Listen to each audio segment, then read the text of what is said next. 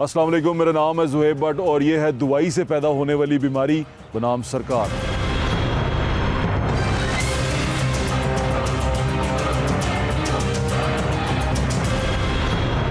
कुछ दिन पहले एक बयान सुना कि ड्रैप के जो चेयरमैन हैं उन्होंने एक तकरीब से खिताब कर रहे थे और उसमें उन्होंने कहा कि बग़ैर फार्मासिस्ट दवाइयाँ तो रिकमेंड ही नहीं हो सकती, दवाई की असल डोजेज पता ही नहीं चल सकती। डॉक्टर्स जिनसे हैं वो उन्होंने फार्माकोलॉजी सिर्फ 1 साल पढ़ी है, जो फार्मासिस्ट है वो फार्माकोलॉजी जिनसी है वो 4 साल तक पढ़ता है, यानी कि उसको दवाई की जो है ड्रग है जो हम इस्तेमाल करते हैं सॉल्ट, उसकी मिकदार का पता है, उसका जो कम्बिनेशन बनाते हैं उसका पता है, वो सारा डिसाइड करता है। तो बग़ैर फार्मासिस्ट के दवाई तो प्रिस्क्राइब जो आप करते हैं उसकी सही डोजेज डिस्क्राइब हो ही नहीं सकती, आप किसी को बता ही नहीं सकते। यानी कि आसान लफ्ज़ों में अगर मैं बताऊं तो बग़ैर फार्मासिस्ट के डॉक्टर जो सा है वो आपको दवाई दे नहीं सकता, और दवाई बग़ैर फार्मासिस्ट के आप अच्छी मिकदार में, यानी कि जितनी मिकदार में उसे खानी चाहिए वो खा नहीं सकते। ये तमाम माजरा जो सा है इसने तो एकदम से मुझे हिला के रख दिया।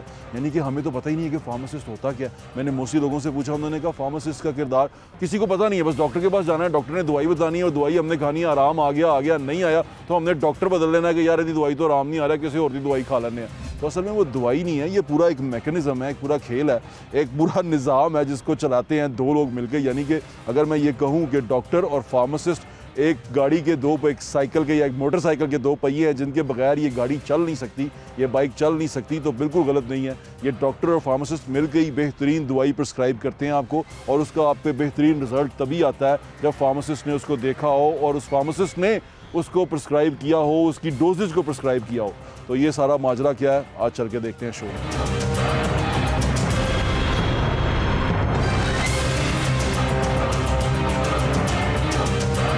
हम एक मौजूद हैं इस वक्त एक मेडिकल स्टोर में। मेडिकल स्टोर जो है वो भी एक साइंस ये है कि आप जो मेडिकल स्टोर का लाइसेंस है वो तब तक आप नहीं ले सकते जब तक आपके पास एक फार्मासिस्ट ना हो। मेरे साथ मौजूद है मोहम्मद अजहर साहब। मोहम्मद अजहर जो उनसे हैं वो डॉक्टर ऑफ फार्मेसी हैं। अब जाके इनको डॉक्टर का टाइटल भी मिल गया है। उनसे बात करते हैं। अस्सलाम वालेकुम डॉक्टर, कैसे हैं आप? ठीक ठाक है। अब मैं आपको डॉक्टर कह सकता हूँ? जी आप कह सकते। लेकिन ये डॉक्टर आपको डॉक्टर क्यों नहीं मानते?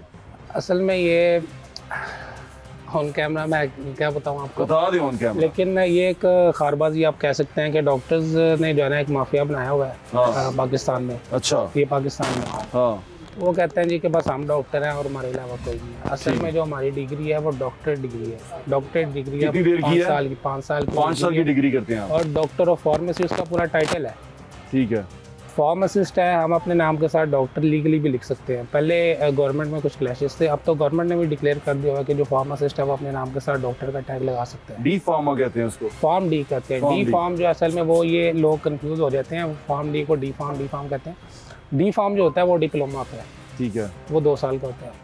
फॉर्म डी जो है वो पूरी 5 साल की डॉक्टर डिग्री होती है। आपने क्या किया हुआ? मैंने फॉर्म डी किया हुआ है। आप डॉक्टर ऑफ फार्मेसी हैं? जी अल्हम्दुलिल्लाह। अच्छा ये बताएं कि ये दुनिया में कैसे काम करते हैं डॉक्टर और फार्मासिस्ट की, क्या रिलेशन होता है आपस में? देखें, डॉक्टर और जो फार्मासिस्ट होता है ना, आप कह लें कि वो दोनों का चोली दामन का साथ है। दोनों साथ मिलके काम करेंगे तो उससे जो है ना वो पेशेंट की जो हेल्थ है वो ज़्यादा इम्प्रूव होगी। अच्छा। असल में जो फार्मासिस्ट का काम होता है, डॉक्टर ने डायग्नोस कर दी डिजीज़, डॉक्टर ने चेक कर लिया डिजीज़, डायग्नोस कर ली पेशेंट को ये बीमारी है।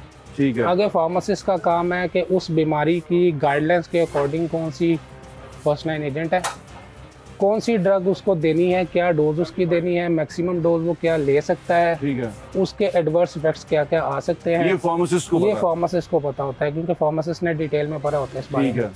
एडवर्स इफेक्ट क्या क्या हो सकते हैं, अगर कोई एडवर्स इफेक्ट आता है तो उसको मैनेज कैसे करना है। ठीक है, उसको मेडिसिन की हर चीज पता होती है, जो केमिकल है, जो सॉल्ट हम खा रहे हैं उसको सब पता है, A to Z उसको सारा पता होता है। अच्छा, जो आप पढ़ते हैं डॉक्टर्स जिनसे हैं हमारे MBBS करते हैं, वो नहीं पढ़ते मेडिसिन के बारे में? सर वो भी पढ़ते हैं मेडिसिन के बारे में, लेकिन उनका जो फार्माकोलॉजी का सब्जेक्ट होता है वो इतना डिटेल नहीं होता। अच्छा। उन्होंने 1 साल पढ़नी होती है फार्माकोलॉजी, हमने 4 साल पढ़नी होती है। हम उसमें सारी ड्रग्स की जितनी भी ड्रग्स हैं उसकी A to Z सारी डिटेल्स पढ़ते हैं। ठीक है। उसकी इंडिकेशन क्या होती है, उसकी कंट्रा इंडिकेशन क्या होती है, मैक्सिमम डोज हम क्या दे सकते हैं, अगर पेशेंट को मॉर्बिड है, उसको साथ में कोई और बीमारी भी है तो तब उस मेडिसिन का उस पर क्या इफेक्ट होगा, तब हमने कौन सी मेडिसिन देनी है। अगर पेशेंट ने ओवरडोज ले लिया है, मैक्सिमम डोज उसने ऊपर कर लिया, उसका एडवर्स इफेक्ट आ गया तो उसको मैनेज कैसे करना है ये हमने पढ़ना है। ये आपको पता है? तो ये मैंने तो नहीं देखा किसी डॉक्टर्स के पास, बड़े डॉक्टर के पास कोई फार्मासिस्ट हो या वो फार्मासिस्ट से कंसल्ट करें, इस तरह की चीज़ मैंने नहीं देखा। पाकिस्तान में ये चीज़ नहीं है, कुछ बड़े हॉस्पिटल्स में भी है। आप शौकत खानम हॉस्पिटल में जाएं, अमीर लतीफ़ हॉस्पिटल में भी है, ये डॉक्टर्स हॉस्पिटल में भी। कैसे करते हैं? मैंने तो नहीं देखा। क्लिनिकल फार्मासिस्ट होता है। अच्छा। जब भी रोटेशंस होती है ना डॉक्टर्स की, तो वो डॉक्टर्स के पैनल में एक क्लिनिकल फार्मासिस्ट मौजूद होता है। ठीक है। डॉक्टर्स चेक कर रहे होते हैं कौन कौन सी मेडिसिन वो प्रिस्क्राइब कर रहे हैं, साथ ही क्लिनिकल फार्मासिस्ट ने भी उस फाइल को रिव्यू करना होता है। वो मेडिसिन के साथ देखता है कि जो मेडिसिन वो डॉक्टर ने प्रिस्क्राइब की हैं उनका आपस में कोई रिलेशन तो नहीं है, कोई उनका आपस में इंटरेक्शन तो नहीं है। अच्छा। वो फार्मासिस्ट ने बताना है। वो ये एडवर्स इफेक्ट वाली बात आ गई कि अगर पेशेंट को है एडवर्स इफेक्ट कोई शो हो रहा है, कोई उसको एलर्जी शो हो रही है, कोई उसको पाल्पिटेशन हो रही है, कुछ इस तरह का हो रहा है, तो वो देखेगा कि अच्छा वो कौन सी मेडिसिन ऐसी जा रही है जिसकी वजह से उसको ऐसा हो रहा है। वो देखेगा, वो फार्मासिस्ट देखेगा, क्लिनिकल फार्मासिस्ट होता है। अच्छा, ये एंटीबायोटिक के बारे में फिर इसी वजह से हम यहाँ पर उसको अब्यूज़ कर जाते हैं, उसके यूज़ को, कि हम बहुत ज़्यादा इस्तेमाल कर जाते हैं एंटीबायोटिक्स जो उनसे। सर वो एंटीबायोटिक का मसला तो एक ग्लोबली मसला है, और ज़्यादातर ये जो डेवलपिंग कंट्रीज़ हैं, पाकिस्तान है, इंडिया है, इनमें सबसे ज़्यादा है। कुछ मंथ पहले इंडिया ने पॉलिसी भी निकाली थी कि उन्होंने ये काम किया कि मैं देख रहा था, उन्होंने कहा कि अगर फिजिशियन एंटीबायोटिक प्रिस्क्राइब कर रहा है तो वो उसके साथ पूरी रीज़न मेंशन करेगा कि उसने क्यों प्रिस्क्राइब किया है। ये काम पाकिस्तान में नहीं है।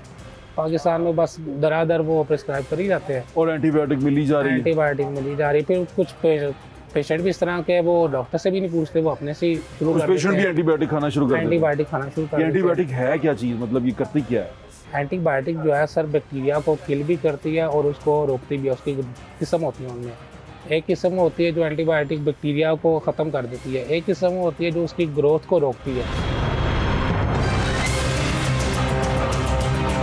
एक एंटीबायोटिक बंदा उसको बीमारी नहीं है उस बैक्टीरिया की, वो यूज़ कर ही जा रहा है। एक टाइम आएगा कि जो उस बैक्टीरिया जिस बैक्टीरिया ने उस एंटीबायोटिक से ख़त्म होना था उसमें रेजिस्टेंस आ जाएगी। वो अपना मैकेनिज़्म ही ऐसे कर लेता है कि अब वो एंटीबायोटिक आएगी, वो उसने मैकेनिज़्म पहले ही बना लिया होता है, वो उससे रेजिस्टेंट हो चुका होता है।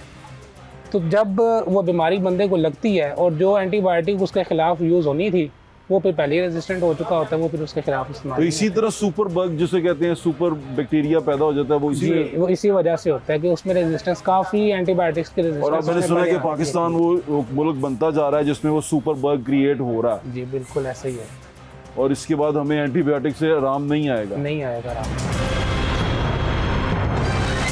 तो ये तो बड़ी खतरनाक चीज़ें हैं। इसको आप लोग जब आप किसी हॉस्पिटल में बैठते हैं या आप सिर्फ मेडिकल स्टोर पे ही रहते हैं? मैं असल में रिटेल फार्मासिस्ट हूँ, तो मैं फार्मेसी पे रहता हूँ। अच्छा। जो हॉस्पिटल में होते हैं वो मैंने आपको बताया क्लिनिकल फार्मासिस्ट होता है। उसमें भी जो एंटीबायोटिक्स को डील करते हैं ना, इनमें स्पेशलाइजेशन होती है। आपका किरदार क्या होता है फार्मेसी के ऊपर?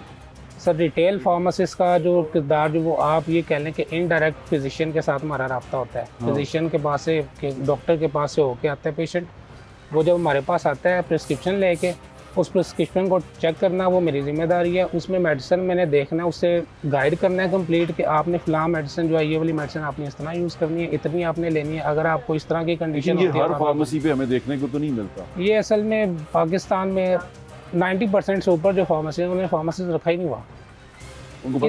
इस वजह से ये बहुत ड्रग अब्यूज़ बहुत ज़्यादा। आपके वक्त का बहुत बहुत शुक्रिया अजहर भाई, थैंक यू सो मच। 24 घंटे फार्मेसीज खुलती रहती हैं, उनके पास 3 फार्मासिस्ट होने चाहिए, 4 होने चाहिए। अच्छा, ऐसा आप कैमरा लेके ज़रा चले जाएं, वहाँ उसकी डिग्री लगी होगी लेकिन वो खुद मौजूद नहीं होगा।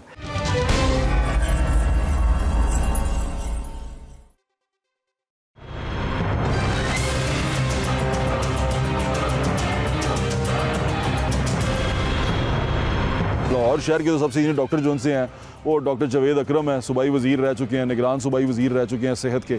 तो उनसे बात करते हैं कि ये जो मेडिसिन है और डॉक्टर का, जो फार्मासिस्ट और डॉक्टर का जो रिश्ता है, ये एक पेशेंट के लिए अच्छा होना कितना ज़रूरी है, और इसका फार्मासिस्ट का एक हॉस्पिटल में होना कितना ज़रूरी है, और हमारे पास हॉस्पिटल्स में कितने फार्मासिस्ट मौजूद हैं। डॉक्टर जावेद अकरम से बात करते हैं।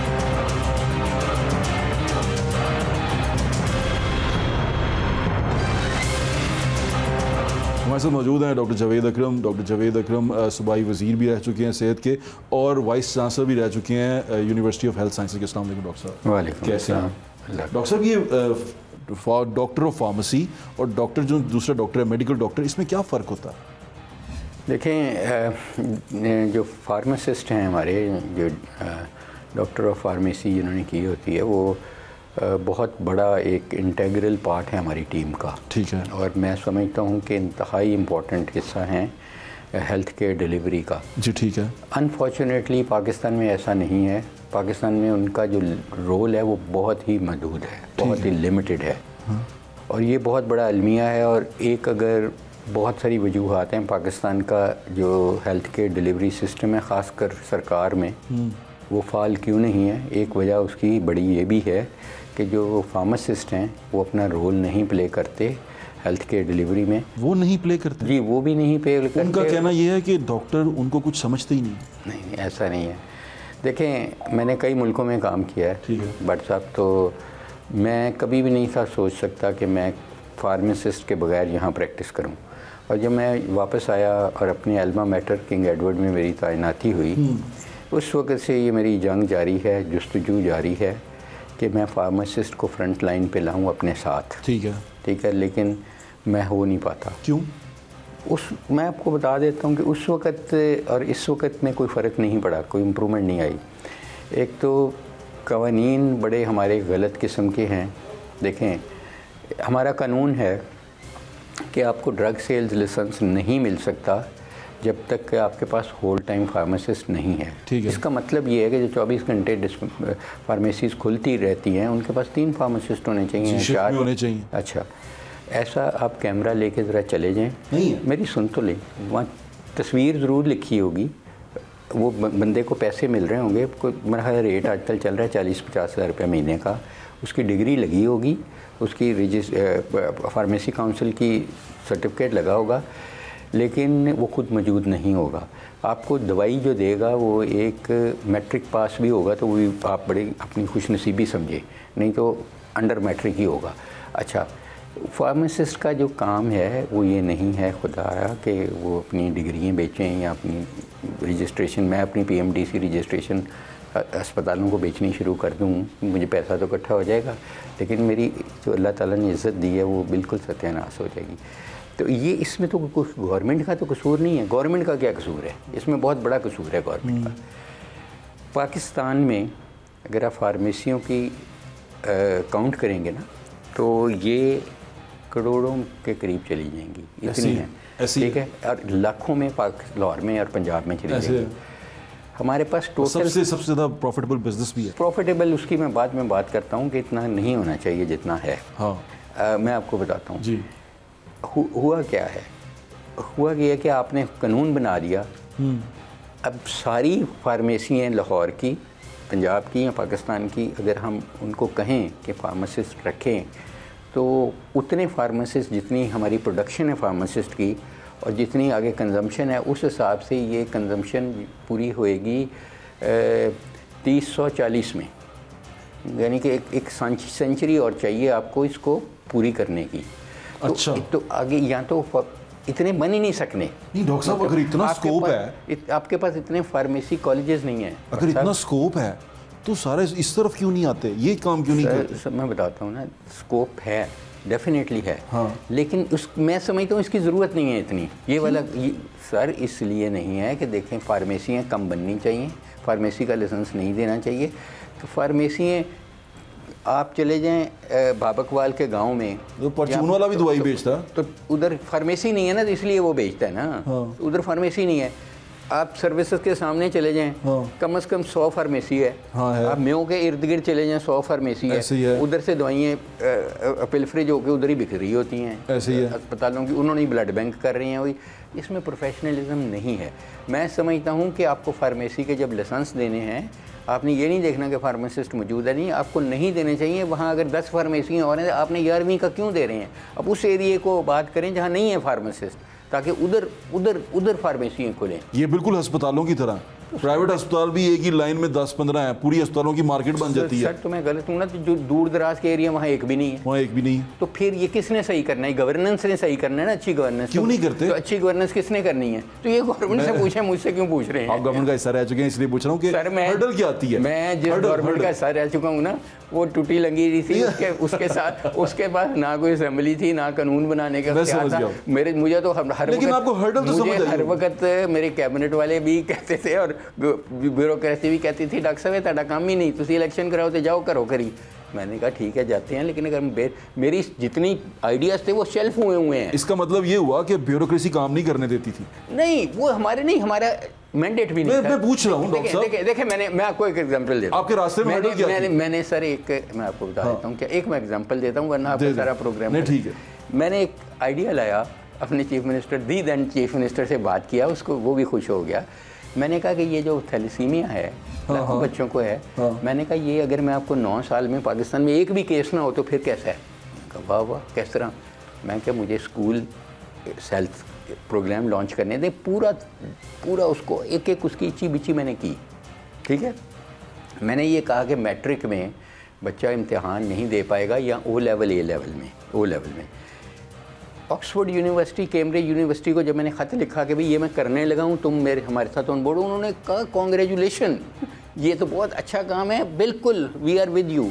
लेकिन मैं मैट्रिक को नहीं रखवा सका क्योंकि मैंने जो नहीं कर पाएगा, क्यों नहीं कर पाएगा? जी सुन लें, उन्होंने कहा जो ब्यूरोक्रेसी थी उस वक़्त की, और किसी हद तक शायद सही भी हो, उन्होंने कहा जी कि देखें बुनियादी राइट है किसी भी इंसान का एजुकेशन गवर्नमेंट ने देनी है, ठीक है, तो आप किसी को एजुकेशन से नहीं डिनाई कर सकते।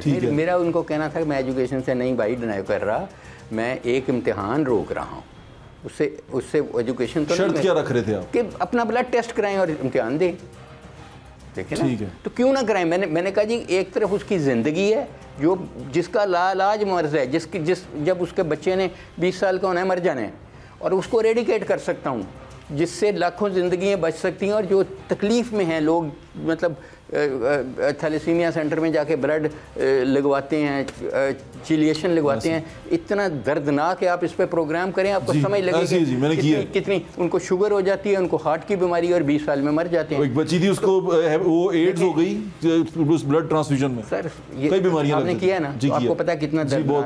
अब ये ज़्यादा इंपॉर्टेंट है या उनका मैट्रिक का अगर इम्तिहान में रोक रहा हूँ? लेकिन उन्होंने कहा जी आप नहीं एजुकेशन डिनाई कर सके। मैं एजुकेशन नहीं डिनाई कर रहा, मैं तो इम्तिहान रोक रहा हूँ, फ़र्क है। और मैंने कहा उनका राइट टू लिव ज़्यादा इंपॉर्टेंट है, ये राइट टू एजुकेशन ज़्यादा इंपॉर्टेंट है।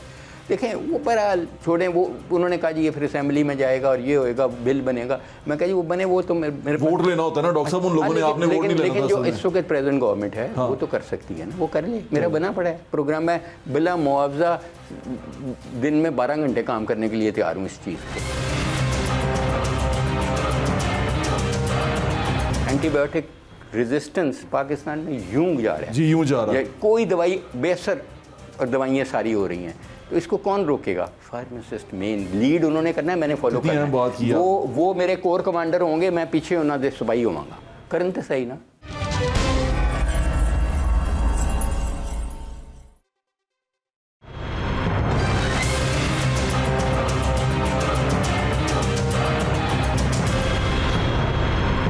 फार्मासिस्ट अब बहुत ज़रूरी है। आपने कहा मेरे साथ भी होना चाहिए, मैं ये चाहता था हो।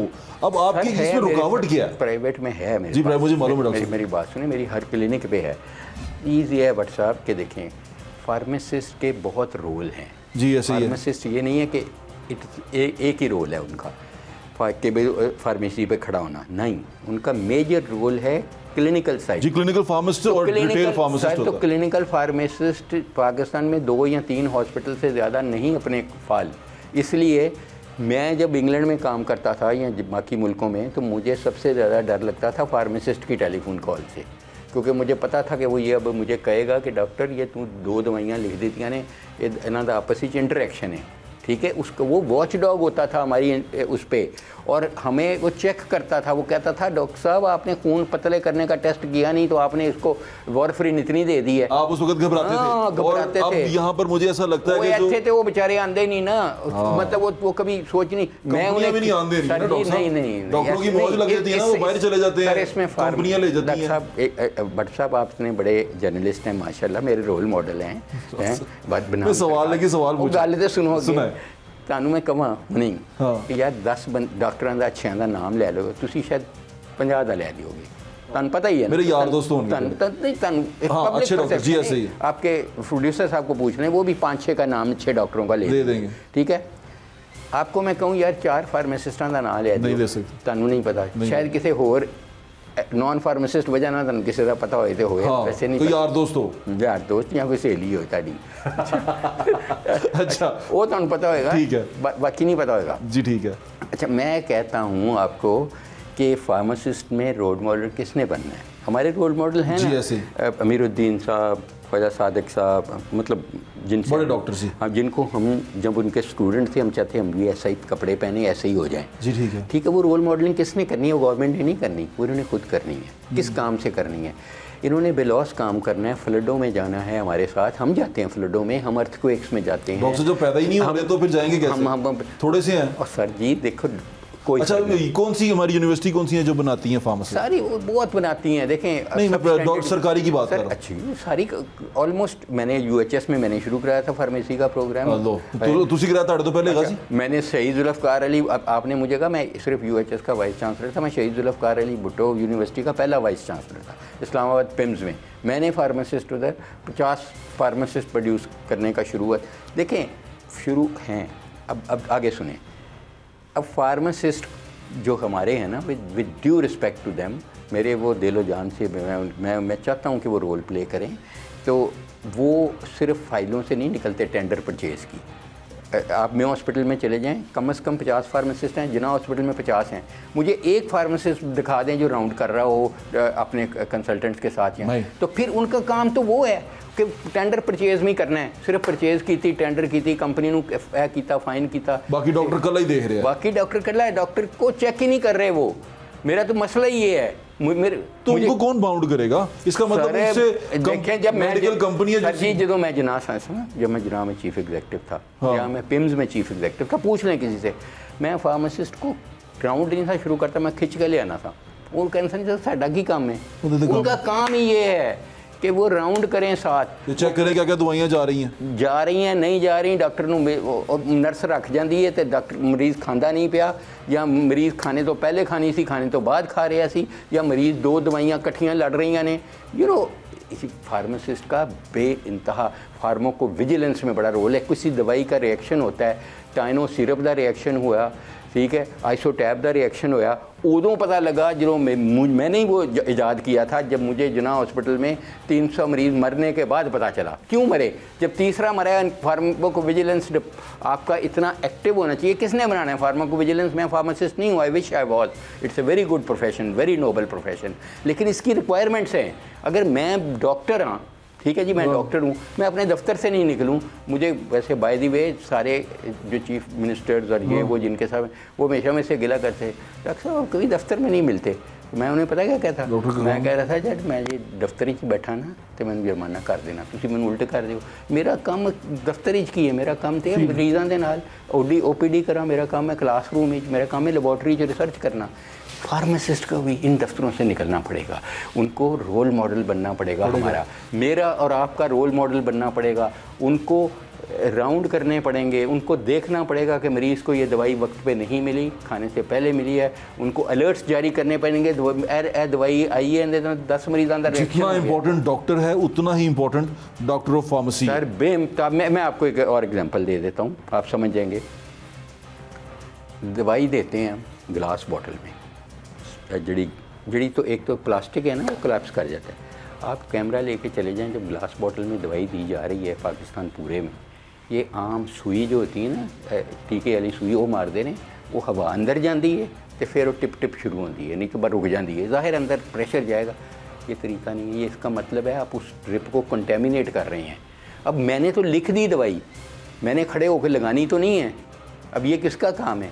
ये फार्मासिस्ट का काम है कि वहाँ पे पकड़ के मुझे तो जब नज़र आती है ना, जब मैं मर्द और ज़ात है, मैं औरतों को साथ समझता हूँ कि मैं उनकी बेइज्जती बड़ी करता हूँ। मैं समझता हूँ कि यार मैं तुम्हें भी यही ड्रिप लगाऊंगा। फिर मरीज़ को बाहर की इन्फेक्टेड एयर जा रही है, वो उसको मतलब वो आगे ही बेचारे मरे पड़े हैं, उनको और ज़्यादा। तो ये किसका काम है? देखिए ये जो चीज़ें हैं ना, I wish and pray honestly कि चाहे सिस्टम उनको अहमियत दे, सिस्टम उनको रिकग्नाइज़ करे कि as a health care provider, ठीक है। दवाई नहीं वो लिख सकते, दवाई डिस्पेंस उन्होंने करनी है। दवाई अच्छा, फिर इंडस्ट्री में फार्मासिस्ट का बहुत बड़ा रोल है। दवाई बनानी उन्होंने है, दवाई का क्वालिटी इंश्योरेंस उन्होंने करना है, दवाई की डिसइंटीग्रेशन उन्होंने देखनी है। अहम लोग हैं ये सर, और हमारे पास है ही नहीं। देखो नहीं है, कम है। बाहर चले जाते हैं, कुछ बाहर चले जाते हैं, कुछ फार्मासिस्ट ही छोड़ के मेडिकल रैप बन जाते हैं। ये जितने मेडिकल रैप्स हैं आपके, ये फार्मासिस्ट हैं ऑलमोस्ट सारी। अब पूछ लेना, बैठे हुए हैं बाहर डब्बे लेके, सारे पूछोगे वो कहेंगे सिंह डी फार्मेसी की थी। इनका ये काम नहीं है, ये साइंसदान हैं, इनका काम है साइंस। इनका काम डॉक्टर से कम अहमियत का हामिल नहीं है। लेकिन मैं ये नहीं कहूँगा कि वो डॉक्टर ही बन जाए। डॉक्टर बनेंगे तो क्वैक बन जाएंगे कि दवाइयाँ प्रिस्क्राइब करनी शुरू कर दें। ये नहीं करना चाहिए।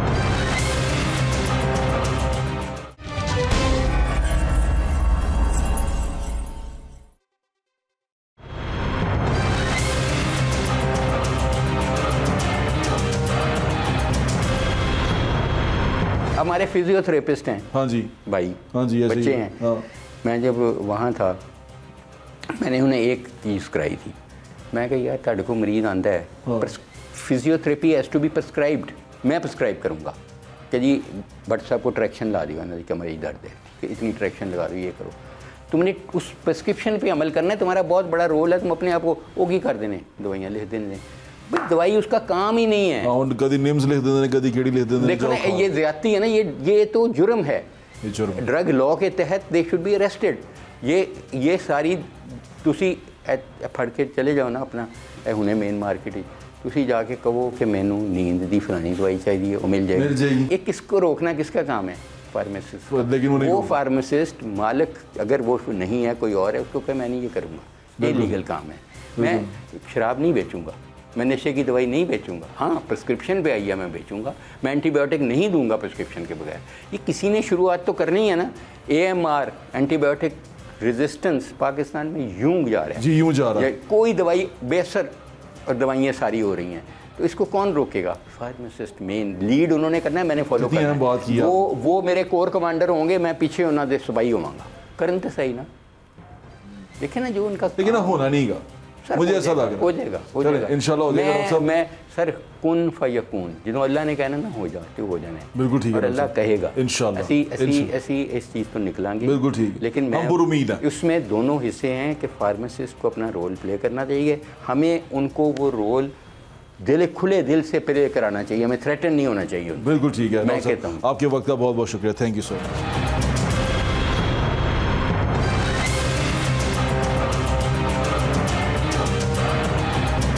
आज के शो में मैंने तो एक चीज़ सीखी है, वो ये कि जब भी दवाई लेने जाएं तो कम से कम फार्मासिस्ट को ज़रूर कंसल्ट कर लें एक बार, या मेडिकल स्टोर पे जाएं तो कम से कम ये मेडिकल स्टोर वाले से पूछें कि तुम्हारे पास फार्मासिस्ट है जो ये दवाई को देखेगा और वो ये बताएगा कि ये दवाई मैंने कितनी मिकदार में खानी है। फार्मासिस्ट के बारे में डॉक्टर से भी ज़रूर पूछें, जब वो आपको दवाई दे ज़रूर पूछें कि फार्मासिस्ट है जो ये मुझे बताए कि मैंने दवाई कितनी मिकदार में खानी है और इस दवाई से मुझे क्या क्या रिएक्शन हो सकते हैं। वो तमाम चीज़ें फार्मासिस्ट से कंसल्ट करना बड़ा ज़रूरी है। जिनको समझ आ गई है उनके लिए तो बड़ा अच्छा हो गया, जिन बेचारों को नहीं समझ आई साढ़े नाल देने हो गए, जो मर्जी खाई जो, अगे भी तो जू ही जा रहे हैं, जीवी मरी जा रहे हैं, कोई मर रहा है कोई जी रहा है, सानू को फ़र्क नहीं पैंदा। वैसे भी हमें अपनी जान से कोई ज़्यादा खास प्यार तो है नहीं, क्योंकि हमें ज़्यादा प्रॉब्लम ये होती है कि महंगाई बहुत हो गई है, रोटी नहीं आ रही। लेकिन हमें ये प्रॉब्लम नहीं है कि अगर अस्पताल में फार्मासिस्ट नहीं है तो हमने पूछना भी नहीं है, चलो जो मिल रहा है यार गनीमत समझ के ले जाओ, क्योंकि हम खुद हर चीज़ को खैरात समझ के लेते हैं। अपना हक भी हम खैरात समझ के ही मांगते हैं कि यार प्लीज़ दे दो। अपना हक मांगते हुए भी हम यही समझते हैं कि शायद खैरात मांग रहे हैं। तो ये अपने कौम का पैटर्न है,